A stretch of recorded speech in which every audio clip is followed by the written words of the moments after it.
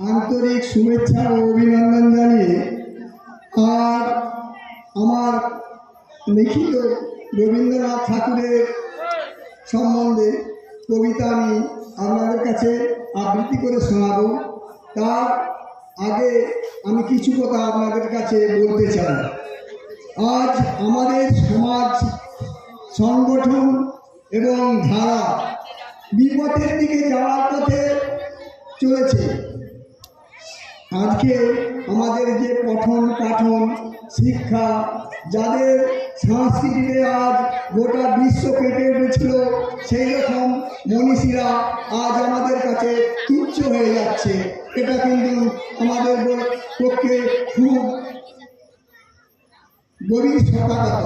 কারণ কবিগুরু রবীন্দ্রনাথ বিশ্বকবি সম্মান নিয়ে নোবেল প্রাইজ পেয়েছিলেন।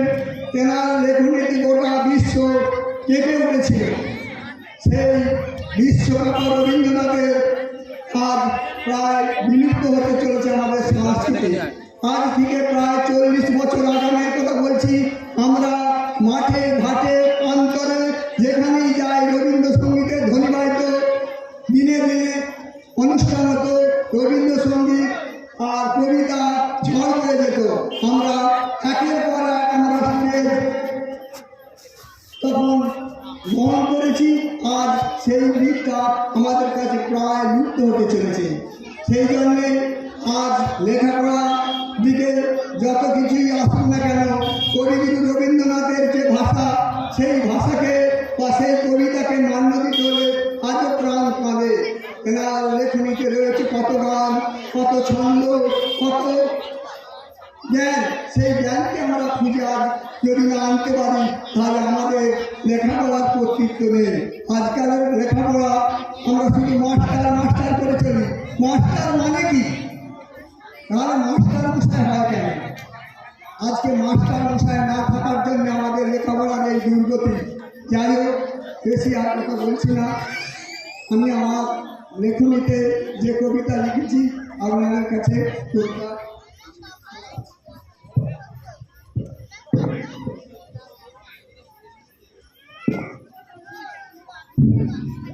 25শে বৈশাখ স্মরণে 1433 বঙ্গাব্দে আমি এই কবিতাটা আজ থেকে 5 দিন আগাম লিখেছি।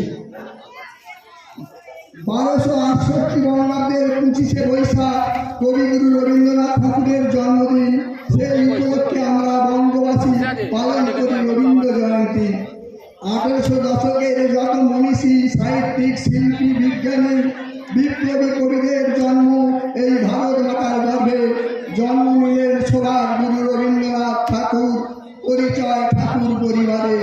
পিতা মহর্ষি দেবেন্দ্রনাথ ঠাকুর, মাতা প্রভাবতী দেবী, আজও আমাদের প্রাণের ঠাকুর তুমি কবি।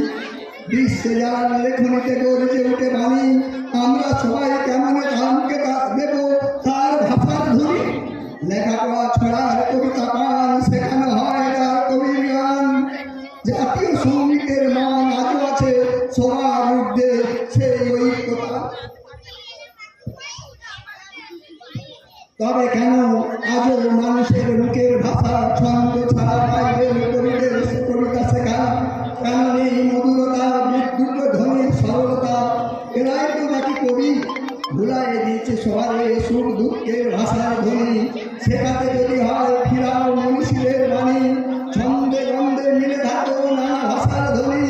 যে পড়াতে নাই রবীন্দ্রনাথ, নজরুল, সুকান্তের বাণী, ভাষার কবি রজনীকান্ত, বঙ্কিমচন্দ্রের লেখা কাব্যকান্ত, পাই না আজও কেন শুনিতে শুনি?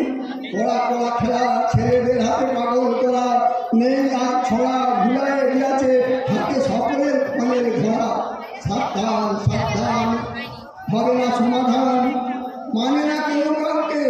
এখন যে হওয়ার হবে, যা হওয়ার হবে, সবাই এবার বুঝবে সামনে আছে সে সময়। বৈশাখী ঝড় ধরো ধরো কাটিছে ভুলার, ক্ষণিকে যাবে ধরে এবার ধ্বংসের শেষ বরাবর। এসো ফিরে তোমার চুলে গোটা বিশ্বে ধরিত তোমার জয়গার। 25শে বৈশাখ